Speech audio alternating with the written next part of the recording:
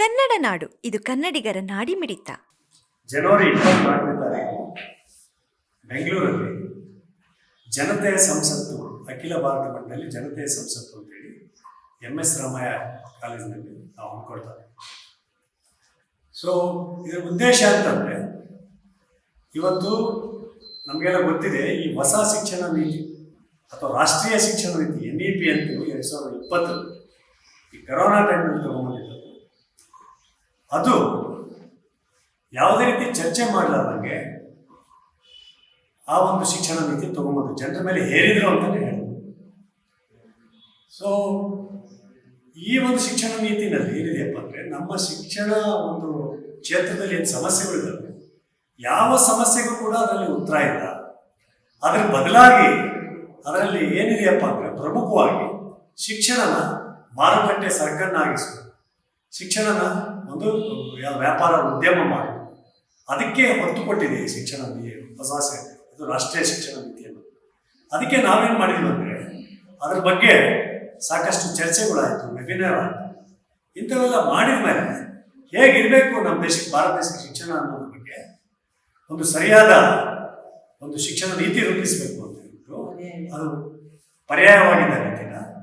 So ಶಿಕ್ಷಕರ ಮಧ್ಯ ಅಖಿಲ ಭಾರತ ಮಟ್ಟದಲ್ಲಿ ಬೇರೆ ಬೇರೆ ಇವತ್ತು ಅದು ವರ್ಕ್ಶಾಪ್ಸ್ ಎಲ್ಲ ಮಾಡಿದ್ವಿ.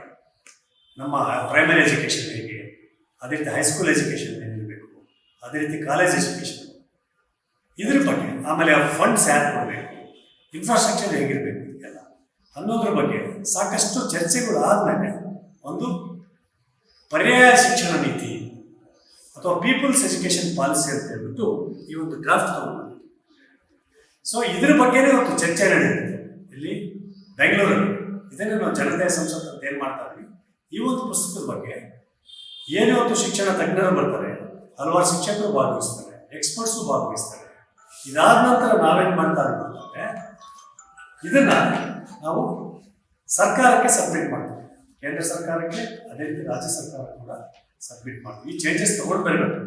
ಜನರು ನಿಜವಾದ ಇವತ್ತು ಶಿಕ್ಷಣದ ಬಗ್ಗೆ ಕಾಳಜಿ ಉಳ್ಳವರು, ಶಿಕ್ಷಣ ತಜ್ಞರು ಏನು ಬಯಸ್ತಾರೆ ಅನ್ನೋದ್ರ ಬಗ್ಗೆ ನಾವು ಸರ್ಕಾರಕ್ಕೆ ಗೊತ್ತಾಗಬೇಕು ಅಂತ ಹೇಳ್ಬಿಟ್ಟು, ಭಾರತ ದೇಶಕ್ಕೆ ಅಂತ ಶಿಕ್ಷಣ ನೀತಿ ಬೇಕು ಅಂತೇಳಿ ತಿಳಿಸೋದಕ್ಕೆ ನಾವು ಈ ಒಂದು ಏನು ಜನತೆಯ ಸಂಸತ್ತು ಮಾಡಿದ ನಂತರ ಅದನ್ನು ನಾವು ಸರ್ಕಾರಕ್ಕೆ ಸಬ್ಮಿಟ್ ಮಾಡ್ತೀವಿ. ಯಾಕೆ ಇದೆಲ್ಲ ಮಾಡಬೇಕಾಗಿದೆ ಅಂತ ಹೇಳ್ಬಿಟ್ಟು, ಸರ್ಕಾರ ತಂದಿರ್ತಕ್ಕಂಥ ಪಾಲಿಸಿ ಇಲ್ಲಿಯವರೆಗೆ ಇರ್ತಕ್ಕಂಥ ಯಾವ ಸಮಸ್ಯೆಗಳ ಬಗ್ಗೆ ಕೂಡ ಚಕಾರ ಇರ್ತಿಲ್ಲ. ಅದು ಒಂದೇ ಅಲ್ಲ, ಹಿಂದೆ ಇದೇ ಸರ್ಕಾರ ನೇಮಕ ಮಾಡಿರ್ತಕ್ಕಂಥ ಹಲವಾರು ಕಮಿಷನ್ ಅಥವಾ ಸಮಿತಿಗಳು ಅವ್ರು ಹೇಳಿದ್ದೇನಂತಂದರೆ, ನಮ್ಮ ದೇಶದಲ್ಲಿ ಸಾಕಷ್ಟು ಕುಂದುಕೊರತೆ ಇದೆ ಶಿಕ್ಷಣ ಕ್ಷೇತ್ರದಲ್ಲಿ. ಅಂದರೆ ಸಫಿಷಿಯಂಟ್ ಫಂಡ್ಸ್ ಇಲ್ಲ, ಅದೇ ರೀತಿ ಇನ್ಫ್ರಾಸ್ಟ್ರಕ್ಚರ್ಸ್ ಇಲ್ಲ, ಟೀಚರ್ಸ್ ಇಲ್ಲ, ಲೆಕ್ಚರರ್ಸ್ ಇಲ್ಲ, ಅದಕ್ಕೆ ಹೆಚ್ಚಿನ ಫಂಡ್ಸ್ ಬೇಕು. ಸೊ ಇವತ್ತು ಸರ್ಕಾರ ಅದನ್ನು ಮಾಡೋದು ಬಿಟ್ಬಿಟ್ಟು ಖಾಸಗಿಯವರಿಗೆ ಹಸ್ತಾಂತರ ಮಾಡಕ್ಕೆ ಹೋಗಿದ್ದಾರೆ. ಸರ್ಕಾರ ಜವಾಬ್ದಾರಿ ಅಲ್ಲಪ್ಪ ಇನ್ನೊಂದೇ ಶಿಕ್ಷಣ ಕೊಡೋದು ಅಂತೇಳಿ. ಅದೊಂದೇ ಅಲ್ಲ, ನಮ್ಮ ಕರ್ನಾಟಕದಲ್ಲಿ ಕೂಡ ಈ ಒಂದು ಸರ್ಕಾರ ಏನು ಹೇಳಿದ್ರು, ನಾವು ಕೇಂದ್ರ ಸರ್ಕಾರ ರಾಷ್ಟ್ರೀಯ ಶಿಕ್ಷಣ ನೀತಿಯನ್ನು ಅನುಸರಿಸೋದಿಲ್ಲ, ಅದರ ಬದಲಾಗಿ ನಾವು ಸ್ಟೇಟ್ ಎಜುಕೇಷನ್ ಪಾಲಿಸಿ ತರ್ತೀವಿ ಅಂತ ಹೇಳಿದವರು ಇತ್ತೀಚೆಗೆ ನಮಗೆಲ್ಲ ಗೊತ್ತಿದೆ 35,000 ಸರ್ಕಾರಿ ಶಾಲೆಗಳನ್ನು ಮುಚ್ಚಿಬಿಟ್ಟು ಕರ್ನಾಟಕ ಪಬ್ಲಿಕ್ ಸ್ಕೂಲ್ ಮ್ಯಾಗ್ನೆಟ್ ಅಂತ ಹೇಳ್ಬಿಟ್ಟು ಮರ್ಜರ್ ಮಾಡಕ್ಕೆ ಕೊಟ್ಟಿದ್ದಾರೆ. ಮರ್ಜರ್ ಅಂತಂದ್ರೆ ಎಲ್ಲ ಅಂದರೆ ಒಂದು ಗ್ರಾಮ ಪಂಚಾಯತ್ಗೆ ಒಂದು ಸ್ಕೂಲ್, ಅಂದರೆ 35,000 ಸ್ಕೂಲ್ ಬದಲಾಗಿ ಬರೀ 6,000 ಸ್ಕೂಲ್ ಬರ್ತದೆ. ಅದಾದ ನಂತರ ಇವ್ರು ಮಾಡೋದೇನಪ್ಪ ಅಂದ್ರೆ, ಅವನು ಖಾಸಗಿ ಕೊಡೋದಕ್ಕೆ ಹುನ್ನಾರ ಇದೆ. ಸೊ ಇದರಿಂದ ನಮ್ಮಲ್ಲಿ ಇವಾಗ ಏನು ಸರ್ಕಾರಿ ಶಾಲೆಗಳು ಇದ್ದಾವೆ, ಇವು ಮುಚ್ಕೊಂಡು ಹೋಗ್ತವೆ.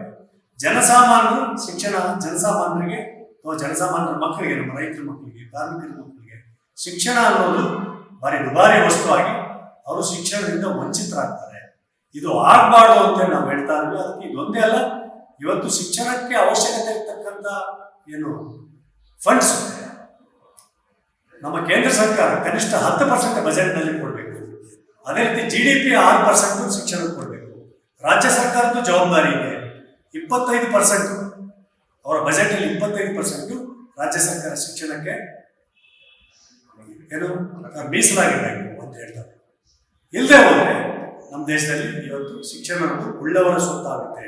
ಹಣ ಇದ್ದರೆ ಶಿಕ್ಷಣ ತಗೊಳ್ಳಿ, ಇಲ್ಲಾಂದ್ರೆ ನಿಮಗೆ ಶಿಕ್ಷಣ ಇಲ್ಲ ಅನ್ನೋ ಒಂದು ಪರಿಸ್ಥಿತಿ ಈಗಾಗಲೇ ಸೃಷ್ಟಿಯಾಗಿದೆ, ಇನ್ನೂ ಹೆಚ್ಚಿನ ಮಟ್ಟದಲ್ಲಿ ಸೃಷ್ಟಿಯಾಗುತ್ತೆ ಅಂತ ಹೇಳಕ್ಕೆ ಇಷ್ಟಪಡ್ತೀನಿ.